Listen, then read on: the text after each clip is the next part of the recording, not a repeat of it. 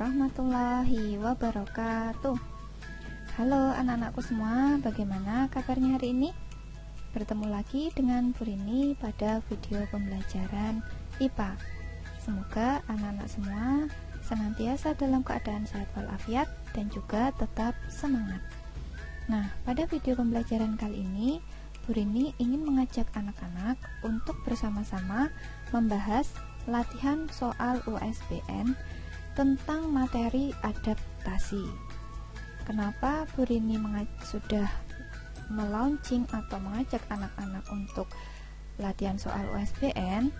Dikarenakan berdasarkan surat edaran pemerintah daerah DIY beberapa waktu yang lalu, nantinya kemungkinan besar di tahun ajaran ini Ananda meskipun sudah tidak ada ujian nasional, tetapi masih ada ujian sekolah berstandar daerah atau USBD. Nah, oleh karena itu Bu Rini ingin anak-anak sudah mulai memperkenalkan tentang soal-soal USBD atau USBN. Nah, tujuan pembelajaran kali ini Bu Rini ingin anak-anak sudah bisa mempelajari soal-soal USBN yang IPA pada materi adaptasi makhluk hidup. Langsung saja ke soal nomor 1. Ini agak tertutup ya ternyata. Nggak apa-apa, nanti Bu Rini bacakan. Nomor 1, tumbuhan yang beradaptasi dengan cara mengeluarkan getah yang pekat untuk melindungi diri adalah yang A, kates dan sawo, B, tebu dan sawo, C, kates dan jeruk, D, pandan dan jeruk. Coba anak-anak boleh di pause dulu, kemudian kira-kira dijawab A, B, C atau yang D. Jika sudah, mari kita lihat apakah jawaban anak-anak sudah betul atau belum. Jawabannya adalah yang A, yaitu pohon kates dan juga sawo. Kates atau pepaya dan sawo itu memiliki getah untuk melindungi diri dari musuhnya. Nah, cara adaptasi ini termasuk dari adaptasi fisiologi karena dia mengeluarkan zat tertentu yang memiliki fungsi khusus untuk mempertahankan dirinya. Bagaimana jawaban anak-anak? Betul tidak? Oke, kita lanjut ke soal nomor 2.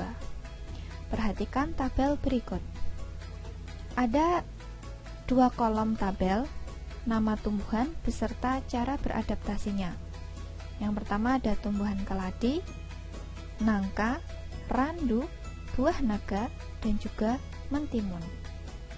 Di sebelah kanan, cara adaptasinya ada daun tipis berlapis lilin, batang menghasilkan getah, daun menggulung, batang tebal, sulur yang panjang. Nah, kita disuruh memilih pasangan nama tumbuhan dan cara adaptasi yang tepat adalah yang mana?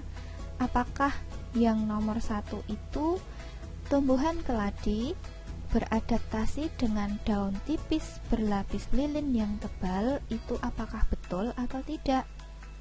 Untuk nomor 2, nangka beradaptasi dengan batang yang menghasilkan getah lengket, itu betul atau tidak? Nomor 3, randu itu beradaptasi dengan daun menggulung di siang hari, apakah itu benar? Buah naga memiliki batang tebal untuk menyimpan air, apakah itu benar? Dan yang kelima, mentimun memiliki sulur yang panjang untuk membelit batang, apakah itu benar? Nah, coba Ananda pilih terlebih dahulu nomor mana saja yang menunjukkan nama tumbuhan beserta cara adaptasinya yang benar. Nah, ini dia pembahasannya. Jawaban yang benar adalah yang C. yaitu nomor 2, 4, dan juga 5. Nomor 2 itu ada nangka, menghasilkan getah, itu benar. Dan ini termasuk dalam adaptasi fisiologi. Buah naga memiliki batang tebal untuk menyimpan air, itu benar. Dan itu termasuk tumbuhan xerofit. Kemudian mentimun itu punya sulur yang panjang untuk membelit batang, itu benar. Timun itu punya sulur ini bagian tubuh tertentu yang punya fungsi khusus, termasuk dalam adaptasi fisiologi. Nomor 3. Perhatikan gambar berikut. Gambar apakah ini?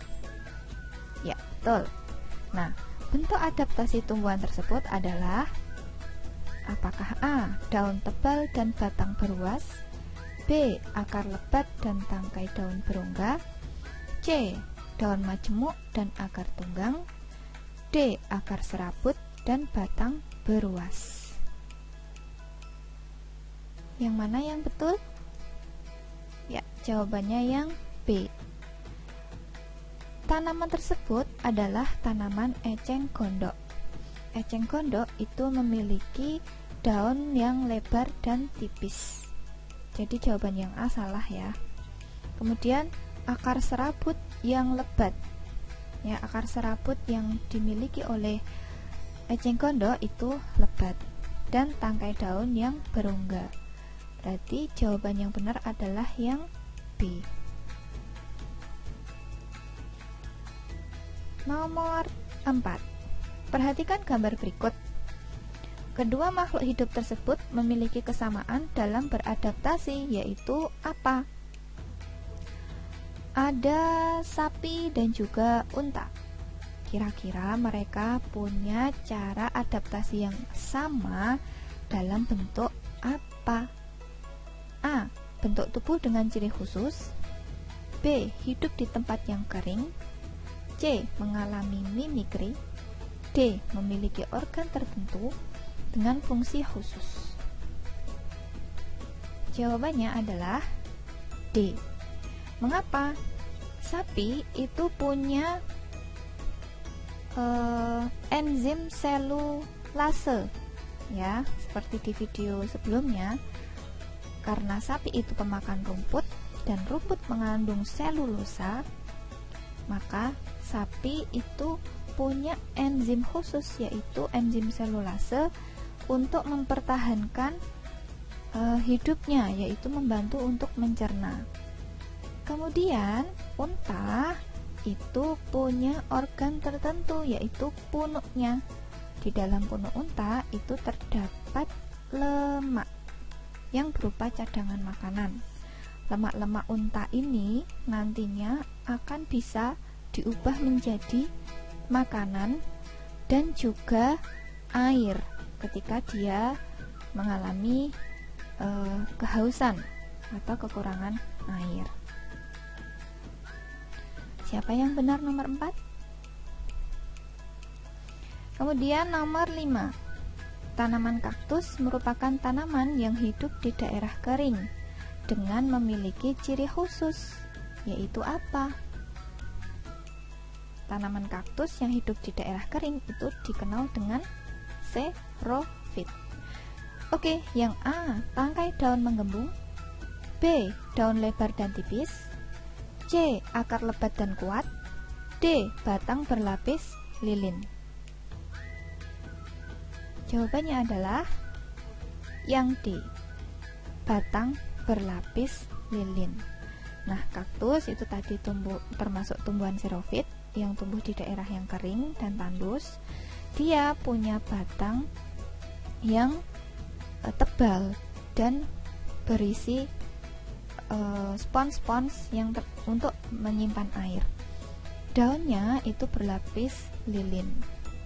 Batang dan daunnya itu berlapis lilin untuk mengurangi evaporasi atau penguapan.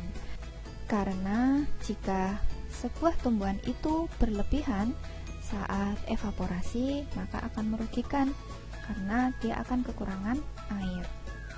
Tangkai daun menggembung itu untuk eceng gondok. daun lebar dan tipis itu untuk tanaman hidrofit juga seperti teratai. Akar lebat dan kuat itu biasa dimiliki oleh tanaman hidrofit juga. Jadi dari A, B, C ini adalah ciri-ciri dari tanaman hidrofit. Sementara kaktus itu tanaman xerofit. Jadi jawabannya yang D. Baik, dari beberapa nomor tadi, dari 5 nomor tadi, siapa yang benar semua? Nah, sekarang tugas anak-anak adalah silahkan tuliskan kembali 2 soal yang sudah Bu Rini berikan tadi beserta pembahasannya. 2 soal saja ya, tidak apa-apa. Ditulis di buku tulis IPA yang khusus disiapkan untuk materi USBN. Jadi terpisah dengan buku tulis IPA yang sehari-hari ya. Jadi ini khusus untuk USBN dan IPA. Oke, bisa ya. Baik, dari Bu Rini cukup sekian dulu pembahasan materi USBN kita. Bila ada salah dalam penyampaian dan juga kata-kata, mohon dimaklumi dan dimaafkan. Sekian, tetap jaga kesehatan. Wassalamualaikum warahmatullahi wabarakatuh.